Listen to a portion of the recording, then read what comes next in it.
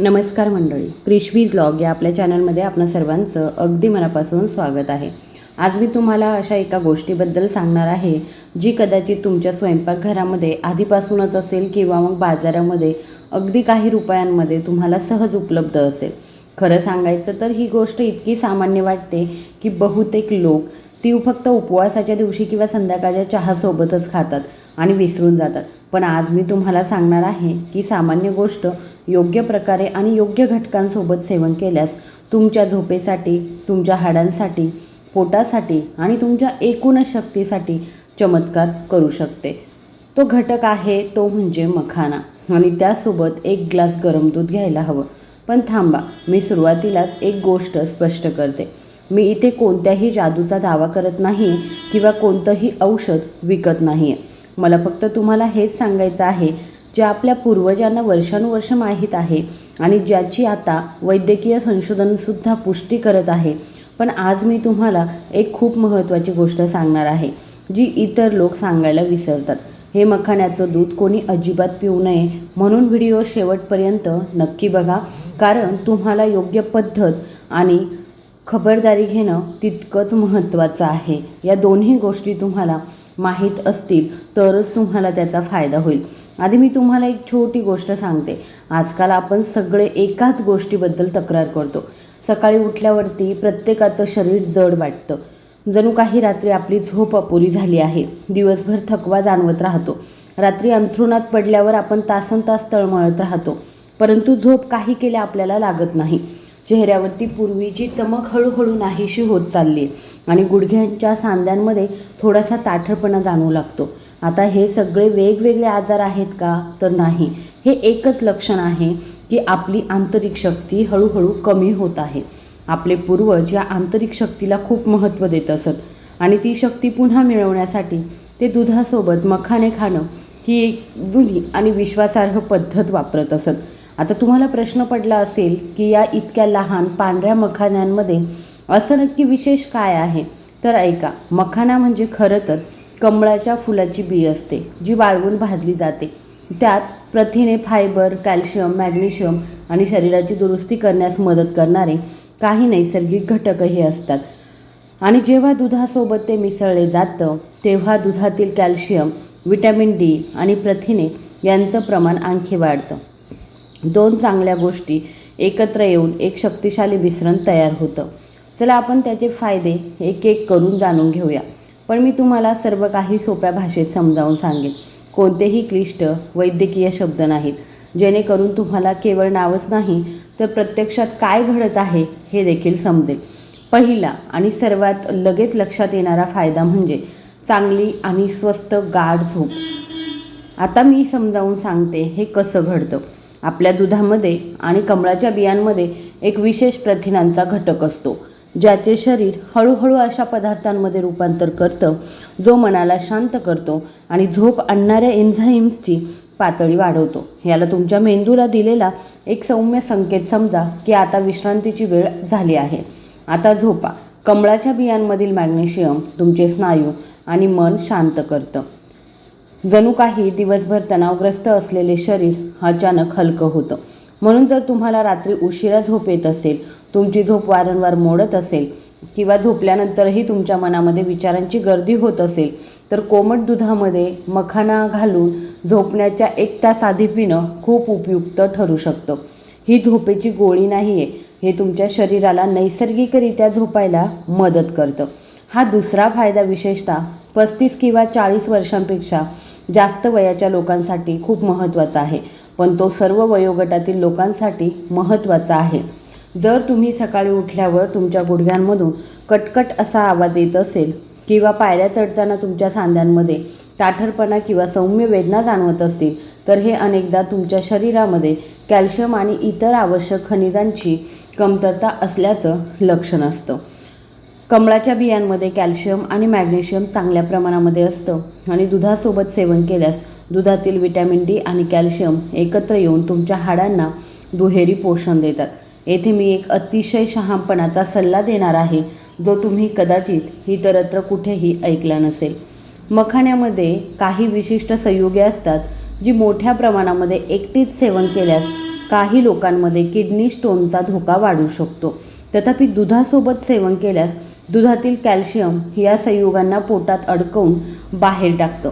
याचा अर्थ असा की मखाना एकटा खाण्यापेक्षा दुधासोबत खाणं हे अधिक शहाणपणाचं लक्षण ठरू शकतं. आहे ना आश्चर्यकारक? तिसरा फायदा जो तुम्हाला कदाचित सर्वात जास्त आवडेल, विशेषतः महिलांसाठी, तो म्हणजे त्वचेची चमक. बघा, एक नैसर्गिक प्रथिन आहे जे आपल्या त्वचेला तरुण आणि घट्ट ठेवतं. वयाच्या 25 वर्षानंतर ते हळूहळू कमी होतं आणि 40 वर्षानंतर तर त्याहूनही वेगाने.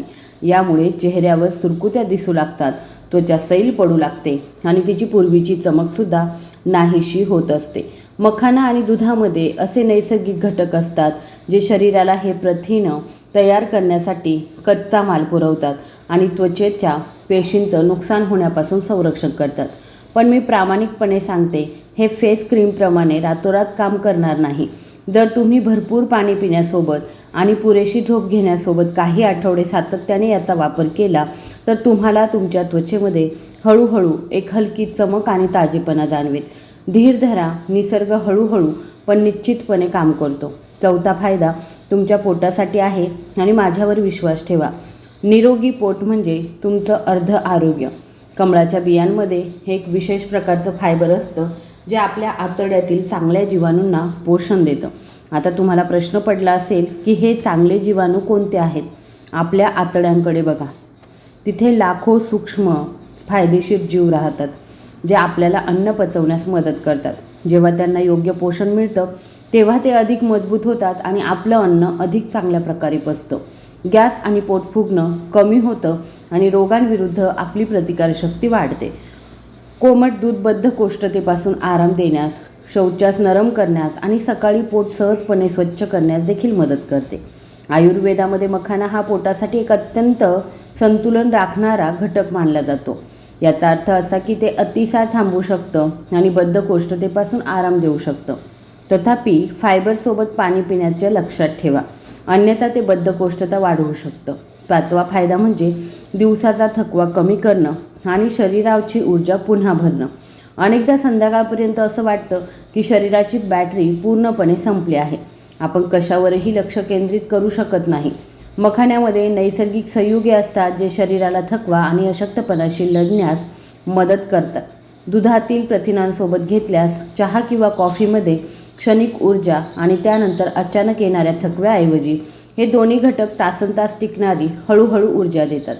म्हणूनच जे लोक दिवसभर घरी किंवा बाहेर कठोर परिश्रम करतात त्यांच्यासाठी हा ऊर्जेचा एक अत्यंत प्रभावी आणि दीर्घकाळ टिकणारा स्रोत आहे. आणि सहावा फायदा जो इतर सर्व फायद्यांना खऱ्या अर्थाने जोडतो तो म्हणजे दूध आणि मखाना एकत्र मिळून शरीराची आंतरिक शक्ती वाढवतात, ज्याचा उल्लेख मी आधी केला होता.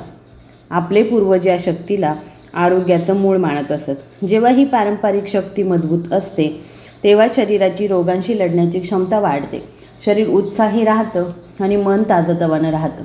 पण जेव्हा ती कमजोर होते तेव्हा थकवा, सुस्ती आणि अशक्तपणा जाणवतो. म्हणूनच आपले पूर्वज या मिल्क मखाण्याला इतकं मौल्यवान मानत असत. आणि खरं सांगायचं तर हे सर्व वयोगटातील लोकांसाठी, पुरुष आणि स्त्रिया, मुले आणि वृद्धांसाठी तितकेच फायदेशीर आहेत. आता आपण सर्वात महत्त्वाच्या मुद्द्याकडे वळूया, ज्याचा उल्लेख करायला बहुतेक लोक विसरतात. कोणी हे मिल्क मखाना काळजीपूर्वक सेवन करावं किंवा करू नये? सर्वप्रथम, जर तुम्हाला अपचन होत असेल, म्हणजेच दूध प्यायल्यानंतर गॅस, पोट फुगणं किंवा जुलाब होत असतील तर जबरदस्तीने दूध पिणं टाळा. असे लोक मखाना तुपात हलके तळून तसाच खाऊ शकतात किंवा बदामाच्या दुधासारख्या दुसऱ्या पर्यायासोबतही घेऊ शकतात, तरीही त्यांना फायदाच होईल. दुसरं म्हणजे ज्यांना ॲसिडिटीचा त्रास आहे त्यांनी रिकाम्या पोटी किंवा रात्री उशिरा त्याचं सेवन करणं टाळावं, कारण त्यामुळे गॅस किंवा छातीत जळजळ होऊ शकते.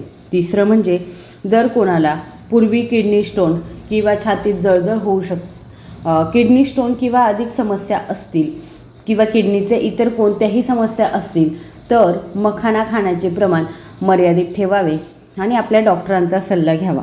आणि आपल्या मधुमेहींसाठी हे खूप मर्यादित गोष्ट आहे, महत्त्वाची गोष्ट आहे. एक चांगली बातमी अशी आहे की मखाना हा मधुमेहींसाठी देखील चांगला मानला जातो, कारण तो हळूहळू ऊर्जा देतो. पण अट अशी आहे की तुम्ही दुधात साखर किंवा गूळ घालू नका. त्याचा वापर हलक्या प्रमाणामध्ये करा, तरच ते तुमच्यासाठी फायदेशीर ठरेल. आता ते योग्यरित्या तयार करण्याची आणि सेवन करण्याची सर्वात महत्त्वाची पद्धत मी तुम्हाला सांगते, कारण अयोग्य वापरामुळे पूर्ण फायदे मिळणार नाहीत. 1 ग्लास दूध घ्या, त्यात मूठभर मखाना घाला, सुमारे 30 ते 40 ग्रॅम, त्यापेक्षा जास्त नको, नाहीतर पोटामध्ये जडपणा येऊ शकतो. 1 चमचा तूप घाला आणि चवीसाठी इच्छित असल्यास थोडीशी वेलची घाला.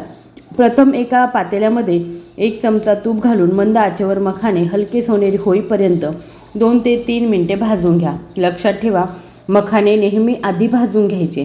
कच्चे कधीही भाजू नका, कारण भाजलेले मखाने पचायला सोपे, अधिक कुरकुरीत आणि जास्त फायदेशीर असतात.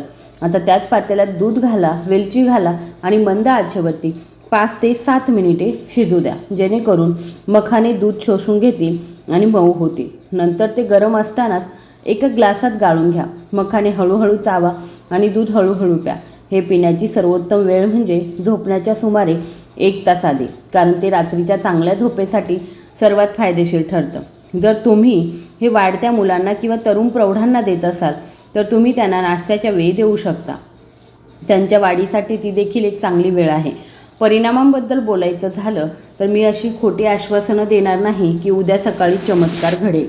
आरोग्य हे संयमावर अवलंबून असतं. जर तुम्ही ते 2 ते 3 आठवडे नियमित घेतलं तर तुम्हाला सर्वात आधी तुमच्या झोपेत फरक जाणवेल. जर तुम्ही यासोबत 2 ते 3 दिवस चांगल्या सवयी लावल्या, योग्य आहार, थोडंसं चालणं, पुरेशी झोप घेणं, तर तुम्हाला तुमच्या त्वचेत आणि ताकदीमध्ये खरे बदल दिसून येतील. म्हणून लक्षात ठेवा, मखाना दूध कोणतीही जादूची गोळी नाही, तर एक नैसर्गिक विश्वासार्ह मदत आहे, जी तेव्हाच काम करते जेव्हा तुम्ही आयुष्यभर निरोगी राहाल. जर तुम्हाला कोणताही दीर्घकालीन आजार असेल किंवा तुम्ही कोणतीही औषधं घेत असाल तर हे सुरू करण्यापूर्वी तुमच्या डॉक्टरांचा सल्ला नक्की घ्या. हे डॉक्टरांच्या तपासणीला किंवा औषधांना पर्याय नाही, तर तुमच्या चांगल्या आरोग्यासाठी एक उपयुक्त सोबती आहे. जर तुम्हाला आजचा विषय आवडला असेल आणि काहीतरी उपयुक्त नवीन शिकायला मिळालं असेल तर हे तुमच्या वडीलधाऱ्यांसोबत, मुलांसोबत, मैत्रिणींसोबत नक्की शेअर करा, कारण आरोग्य हे वाटून घेतल्यानेच वाढतं. तुम्ही हे मिल्क मखाना आधीपासून घेत आहात की आज रात्रीपासून सुरुवात करणार आहात, हे कृपया मला कमेंट बॉक्समध्ये नक्की कळवा. आणि त्याचबरोबर व्हिडिओ जर आवडला असेल तर कृपया आपल्या व्हिडिओला लाईक, शेअर आणि सबस्क्राईब करायला विसरू नका. धन्यवाद.